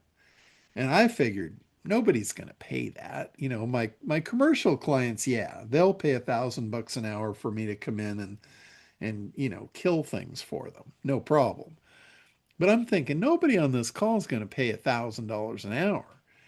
I was wrong. I was terribly wrong. I had quite a few people that started booking the $1,000 an hour, and it blew my mind what they wanted to talk about. It was like, oh, hey, how's the weather out in Huntington Beach? And I'm like, do you really want $1,000 an hour weather report? You've got to have something that you really desperately need me for $1,000 an hour. They didn't. Yeah, my Well, husband wouldn't wait a go minute, for but think that. that that's all you ever do for me. Every time I send you a question by a text, you send me a picture of being on the boat and talking about fishing. Yeah, I say my husband wouldn't go for go for people paying a hourly rate just to talk to me. I've actually had to do that with some with this guy, like and some of the guys that they pay, and then when I'm done with whatever it is, and then I hear my husband come home, and I'm like, babe, come in here, say hi, Oh, So for what you're saying, years. Arba, is you sexy and you know it. Okay, yeah, we get it, girl. Yeah, they're bored, and I know it. I used to get people that would pay me $350 just to wear shoes on a job. Do you have any idea how much money I collected for wearing shoes? Was that to break them in or something? What was that? What's up with that? No, I always, in my photography days, I would show up on location photo shoots and I'd always be wearing my thongs and shorts and, maybe a Hawaiian shirt if I really wanted to dress up. And I was at the company was called ACL Technologies, big aerospace company. And it was so big that I would actually drive my car through their building to get to where I needed my equipment to unload it. And I'd just leave my car in the middle of their building and do my photo shoot. One day I'm doing this and there was an OSHA inspector in the building and he saw me working in there and he threw a fit because I didn't have closed toe shoes on. And the next time the woman that hires me to do those projects, she called me up and she was acting really strange. I'd worked with her for years. And she's like, I'm really kind of embarrassed, but I need to ask you for a favor. And I'm like, what? Yeah, anything. Tell me what you need. I'm happy to do it. And she says, is there any way that you could wear closed toe shoes when you come in tomorrow? And I was going to make a joke out of it. And I said, yeah, I have a $350 shoe fee. And before I could even laugh, she's like, oh, no problem. Just put it on the bill. And I'm like, oh, shit. Okay. So I wear my shoes into Wow. there. I had to really kind of dig and find them, but I wore them into the thing and did my photo shoot. And when I came home, Barb did my billing at the time. And I was giving her the bill to send out. And she's like, what is this? What's this line item for $350? And I said, it's a shoe fee. And she about lost a nut over that. She's like, oh, no, no, no. You're not charging them to wear shoes. And I'm like, I have to. They told me they wanted to pay $350 for me to show up in shoes. That was the commitment. So she didn't like it, but she put it on the bill. And I swear to you, every time that woman called me to book me, she's like, put the shoe fee on. For, for years, put the shoe fee on. Oh, I learned that's a new one. I learned a new one today. I tell you what, I collected thousands of dollars for wearing shoes, and Wow. that story has gotten me on stages. That story just knocked the socks off of Bill Oh, Glazier. pun intended, right?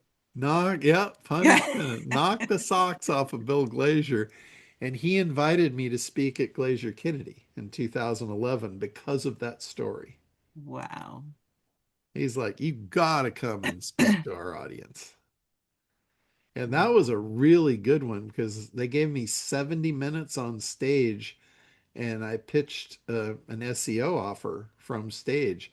And I literally walked out the back door with $140,000 in sales. Wow. That was a really good day. That got to be a storyteller. I'm working on that. So yeah, I've got all kinds of just cool stories. All right. So On all that right. note, Well, anything else? We've gone a little over 2 hours here. oh, All right, guys. Well, I'm going to go ahead and wrap it up for today. And we'll be dark next week. We'll be back on the following, and I'll see if I can come up with some more good stories for you. cool. Appreciate it. Thank you, John. Thank you. All right, guys. Thank Have a you. great week. Safe All short travels. is going ashore. Okay. Bye-bye.